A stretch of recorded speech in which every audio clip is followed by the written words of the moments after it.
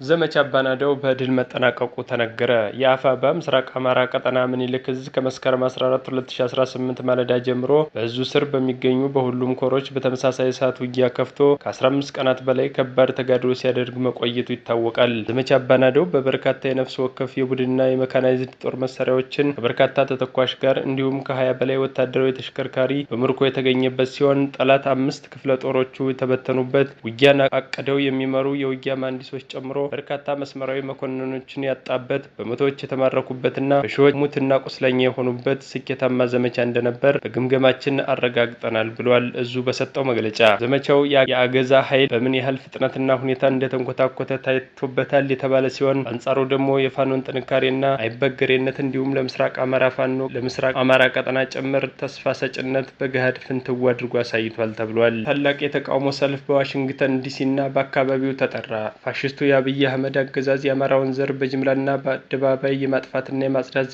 ዓላማውን በመቃወም ዓለም አቀፍ ማህበረሰብ ድምጻችንን የማሰማት ኃላፊነታችንን እንወጣ በማለት ጥሪ አቅርቧል። ኢትዮጵያውያንና ትውልደ ኢትዮጵያን በሙሉ በዋሽንግተን ዲሲ ስቴት ዲፓርትመንት በሰዓቱ በመገኘት ወገኖቻችን ድምጽ እንድንሆን በአጽንኦት እናሳስባለን ሲል ጥብቅ ማሳሰቢያን አስተላልፏል። በዚህም መሰረት ረቡዕ ኦክቶበር 15 2025 9 ሰዓት ኤኤም ስቴት ዲፓርትመንት አዳራሽ 2201 ሲኤስቲ ኤንደብሊውዲሲ እንድትገኙ ሲል ጥሪውን አስተላልፏል። የሰልፉ አዘጋጆች አንደኛ የአማራ ዲያስፖራ ግሎባል ፎረም፣ ሁለተኛ ዓለም አቀፍ የአማራ ህብረት፣ ሶስተኛ የዋሽንግተንና አካባቢው የአማራ ማህበር፣ አራተኛ የዲሲ ግብረ ኃይል፣ አምስተኛ የዋሽንግተን ዲሲና አካባቢው የአማራ ትዕይንተ ህዝብ አስተባባሪ፣ ስድስተኛ የዲሲ የጋራ ግብረ ኃይል ከአማራ ሚዲያ ካውንስል ጋር በጋራ በመተባበር ድል ለህዝባችን ሲሉ መልእክታቸውን አስተላልፈዋል። የከሸፈው የጠላት ደም መፋሰስ እቅድ አፋብአ በምዕራብ አማራ ቀጠና ቴዎድሮስ ዕዝ አዲስ አለማየሁ 7ኛ ክፍለ ጦር በደጃዝማች ተድላ ጓሉ ብርጌድና